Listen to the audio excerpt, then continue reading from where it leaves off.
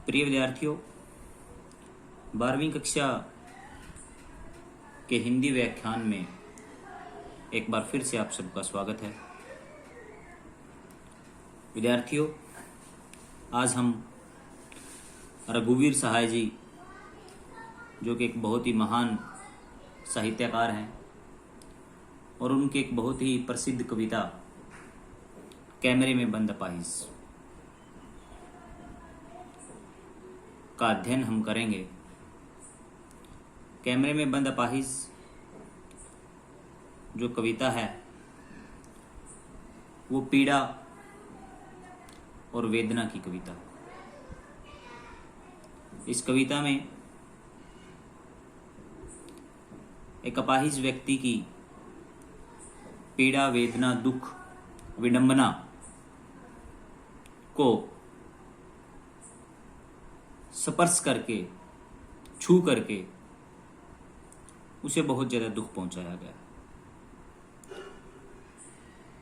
और अगर ये कहा जाए कि ऐसा क्यों और किसके द्वारा किया जा रहा है, तो इस कविता में मैं आपको बता देना चाहूँगा कि आज का हमारा जो मीडिया है,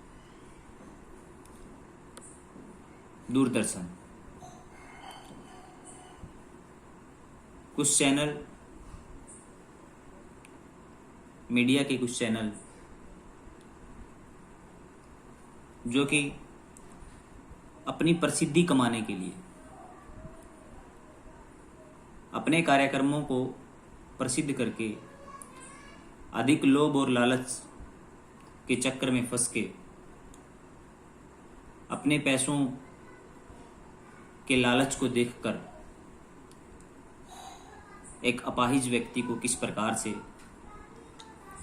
वो अपने स्टूडियो में लाकर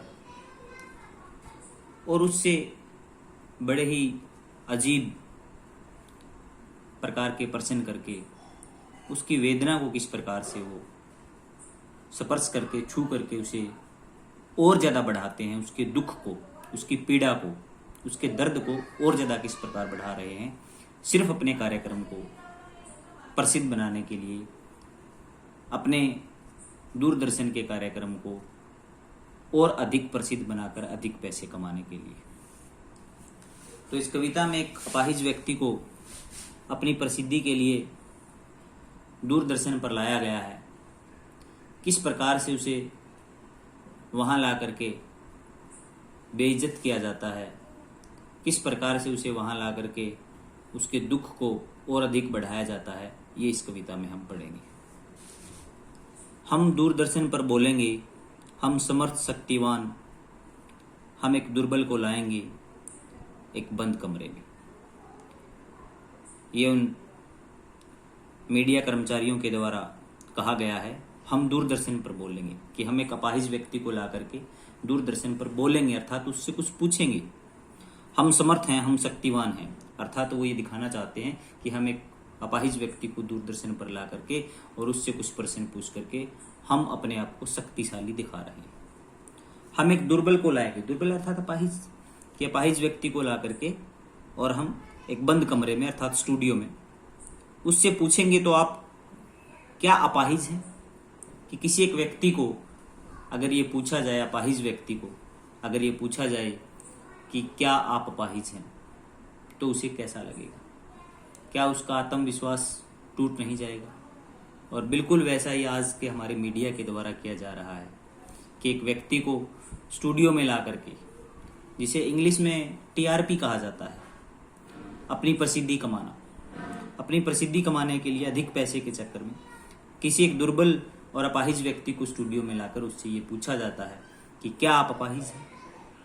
तो आप क्यों अपाहिज हैं? आपका अपाहिजपन तो दुख देता होगा।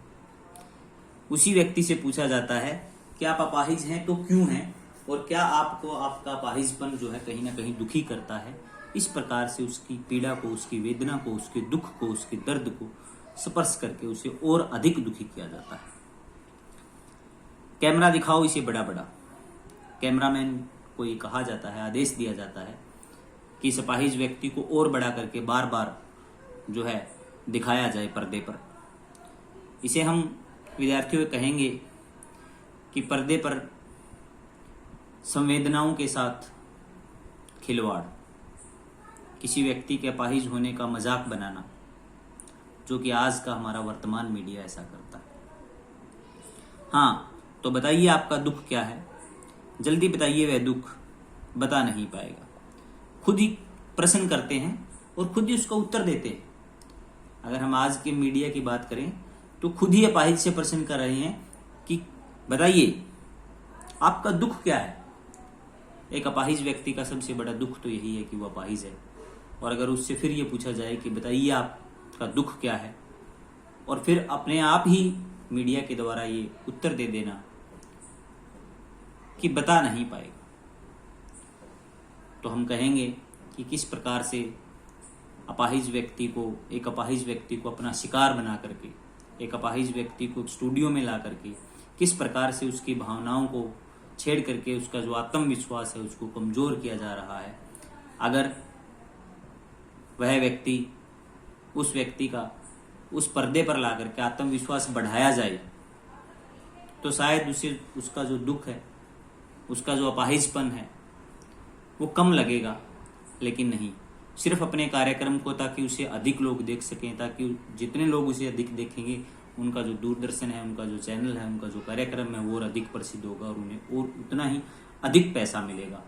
तो इस प्रकार से इस कविता के अंदर दिखाया गया है कि किस प्रकार से आज हमारा वर्तमान मीडिया वो दिखा रहा है जो उसे दिखाने की आवश्यकता नहीं है, वो नहीं दिखा रहा जो उसे दिखाने की आवश्यकता है। सोचिए, अगले पद्यांश में कहते हैं, सोचिए बताइए आपको अपाहिज होकर कैसा लगता है। कैसा यानी कैसा, उसी व्यक्ति से क्वेश्चन पूछा जा रहा है, उसी व्यक्ति से प्रश्न कहूंगा मैं कि आपको अपाहिज होकर कैसा लगता है, यानी कैसा लगता है। हम खुद इशारे से बताएंगे कि क्या ऐसा। उसी मीडिया के कर्मचारी उस व्यक्ति से पूछ रहे हैं जिस व्यक्ति को पर्दे पर लाया गया है। उस पर्दे पर उस व्यक्ति की संवेदनाओं के साथ खेल खेला जा रहा है। वहां ला करके पूछा जाता है उस व्यक्ति से कि क्या आपको अपाहिज होकर कैसा लगता है।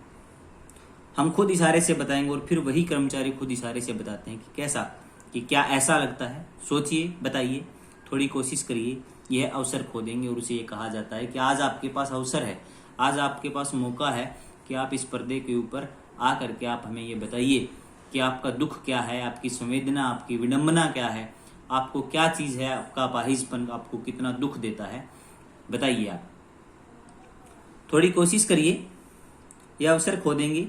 आप जानते हैं कि कार्यक्रम रोचक बनाने के वास्ते हम पूछ पूछ कर उसको रुला देंगे। और बिल्कुल सही दर्शाया गया है कि उस व्यक्ति से उसके दुख के बारे में पूछ पूछ कर और उस व्यक्ति की जो संवेदनाएं हैं उनको इस प्रकार से जगा करके कि वो संवेदनाएं, उसकी भावनाएं जो हैं वो दुख में प्रकट होकर के वो व्यक्ति जब रोने लगता है तो जो दूरदर्शन का उद्देश्य है, जो चैनल का उद्देश्य है, वो उसे पूर्ण रूप मिल जाता है। और वो पूर्ण रूप इस प्रकार मिल जाता है कि रोते हुए व्यक्ति को देख करके हजारों लाखों दर्शक जो उस कार्यक्रम को देख रहे हैं वो भी रोने लगेंगे साथ में।